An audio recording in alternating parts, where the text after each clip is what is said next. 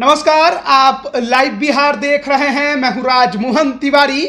बिहार में 2 सीटों पर होने जा रहे उपचुनाव को लेकर बिहार की पूरी राजनीति गरमाई हुई है। बिहार में 2 महीने पहले सत्ता परिवर्तन हुआ और उसके बाद ये 2 सीटों के उपचुनाव कहीं ना कहीं दोनों ही पक्षों के लिए अत्यधिक महत्वपूर्ण है, चाहे बीजेपी हो या फिर महागठबंधन हो।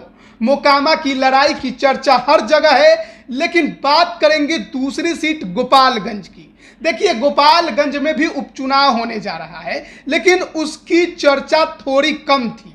लेकिन जैसे ही पिछले दिन रविवार को साधु यादव ने यह ऐलान किया कि इस बार उनकी पत्नी इंदिरा यादव बसपा के टिकट पर गोपालगंज का उपचुनाव लड़ेंगी, उसके बाद राजनीतिक पंडितों की नजर गोपालगंज सीट के तरफ भी मुड़ गई है, क्योंकि अब वहां मुकाबला त्रिकोणीय होगा। एक तरफ सुभाष सिंह की पत्नी कुसुम देवी हैं, जो कि नामांकन करा चुकी हैं। दूसरी तरफ महागठबंधन है, जहां से चर्चा है कि आरजेडी अपना उम्मीदवार उतारेगी। जिस उम्मीदवार की चर्चा है उसके बारे में कई खबरें भी अब आने शुरू हो गई हैं कि आखिरकार इस उम्मीदवार को उतारने का मतलब क्या है। कि आरजेडी पहले से ही गोपालगंज सीट को हारा हुआ मान रही है। और तीसरा जो नाम है वो है साधु यादव और उनकी पत्नी इंदिरा यादव। देखिए, इंदिरा यादव ऐसा पहली बार नहीं होगा जब वो चुनावी मैदान में उतरेंगी। इसके पहले भी वो चुनावी मैदान में उतर चुकी हैं और उस दौरान उतरी थी जब आरजेडी के सांसद हुआ करते थे साधु यादव।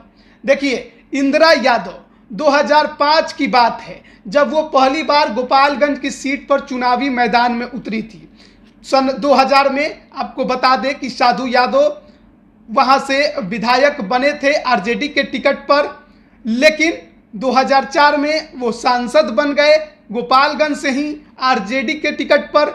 उसके बाद वो चुनाव नहीं लड़ सके, तो उन्होंने अपनी पत्नी इंदिरा यादव को वहां पर चुनाव लड़ाने का ठाना था। 2005 के फरवरी की बात कर रहे हैं, क्योंकि 2005 में 2 बार चुनाव हुए थे। एक बार फरवरी का, जिसमें किसी को बहुमत नहीं मिली, यानी कि किसी का सरकार नहीं बना। ऐसे में अक्टूबर में फिर से चुनाव कराना पड़ा था। तो फरवरी का जो 2005 का चुनाव हुआ था, उसमें साधु यादव चाहते थे कि आरजेडी उनकी पत्नी इंदिरा यादव को टिकट दे, लेकिन ऐसा नहीं हुआ। आरजेडी ने उनकी पत्नी इंदिरा यादव की जगह अंबिका प्रसाद को आरजेडी का सिंबल थमा दिया, जिस वजह से साधु यादव काफी नाराज हो गए और उन्होंने अपनी पत्नी इंदिरा यादव को वहां से निर्दलीय प्रत्याशी बना दिया। और उस दौरान चुनावी जो रण बना था उसमें सुभाष सिंह भी मैदान में थे लोजपा के टिकट पर, और रियाजुल हक बसपा के टिकट पर मैदान में थे। रियाजुल हक जो कि अब आरजेडी के प्रदेश महासचिव हैं, चर्चा उनकी भी है कि इस बार गोपालगंज के उपचुनाव में उम्मीदवार हो सकते हैं। हालांकि अभी चर्चाएं हैं, महागठबंधन में कुछ भी स्पष्ट नहीं हो पाया है। तो 2005 की फरवरी की हम बात कर रहे थे, चुनाव के बारे में आपको बता रहे थे। तो ये 4 लोगों के बीच उस बार महामुकाबला हुआ था और उस मुकाबले को जीतने में सफल रहे थे बसपा के रियाजुल हक। रियाजुल हक को 27,885 वोट मिले थे। लोजपा से उस समय लड़ रहे सुभाष सिंह को 24,587 वोट मिले थे और इंदिरा यादव, साधु यादव की पत्नी, निर्दलीय मैदान में थी, उन्हें 22,617 वोट मिले थे।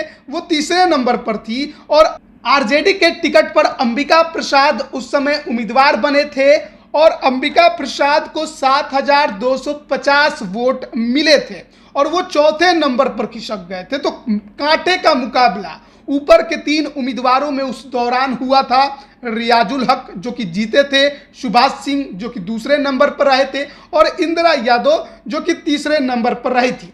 हालांकि जब अक्टूबर का चुनाव फिर से 2005 में कराया गया तो साधु यादव ने अपनी पत्नी इंदिरा यादव को चुनावी मैदान में नहीं उतारा, क्योंकि उस समय उनसे लालू प्रसाद यादव जो कि आरजेडी के सुप्रीमो हैं, उन्होंने कहा था कि आप मत उतारिए, आरजेडी के प्रत्याशी को नुकसान हो रहा है।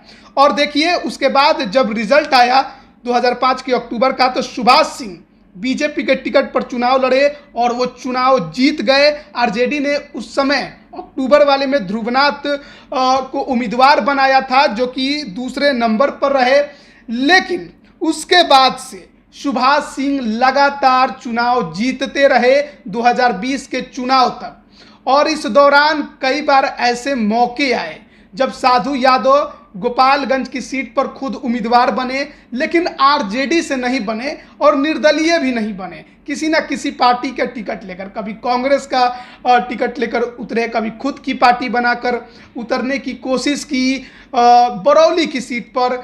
और 2020 में वो बसपा के टिकट पर चुनावी मैदान में उतरे तो दूसरे नंबर पर रहे। तो साधु यादव का अपना एक कद तो गोपालगंज में है ही, अपना उनका घर है गोपालगंज। और ऐसे में जब इंदिरा यादव को उन्होंने बसपा के टिकट पर चुनावी मैदान में उतार दिया है, तो इस बार हर कोई मान रहा है कि मामला बेहद कांटे का होगा और लड़ाई में हो सकता है कि बीजेपी और बसपा की उम्मीदवार इंदिरा यादव ही नजर आए।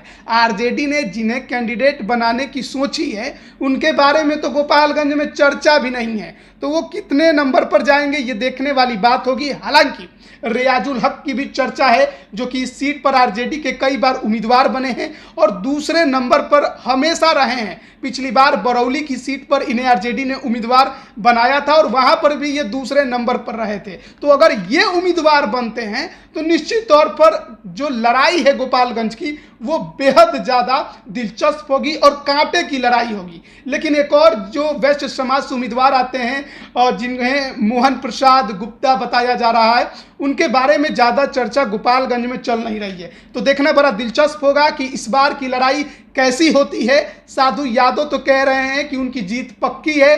कुसुम देवी, जो कि सुभाष सिंह की पत्नी है, वो बीजेपी के टिकट पर मैदान में हैं। उनके प्रति भी लोगों की अपनी एक अलग सहानुभूति है और साथ ही साथ जो सुभाष सिंह का उस क्षेत्र में काम है, उसको भी लोग काफ़ी सराहा करते हैं। ऐसे में देखना बड़ा दिलचस्प होगा कि सुभाष सिंह की पत्नी कुसुम देवी से फाइट किसकी होती है, इंदिरा यादव या महागठबंधन की तरफ से जो प्रत्याशी होंगे उनकी। इंदिरा यादव जो कि सीट पर पहले भी लड़ चुकी हैं, उनके बारे में हमने आपको बताया कि जब पिछली बार लड़ी थी तो काफ़ी कांटे का मुकाबला हुआ था।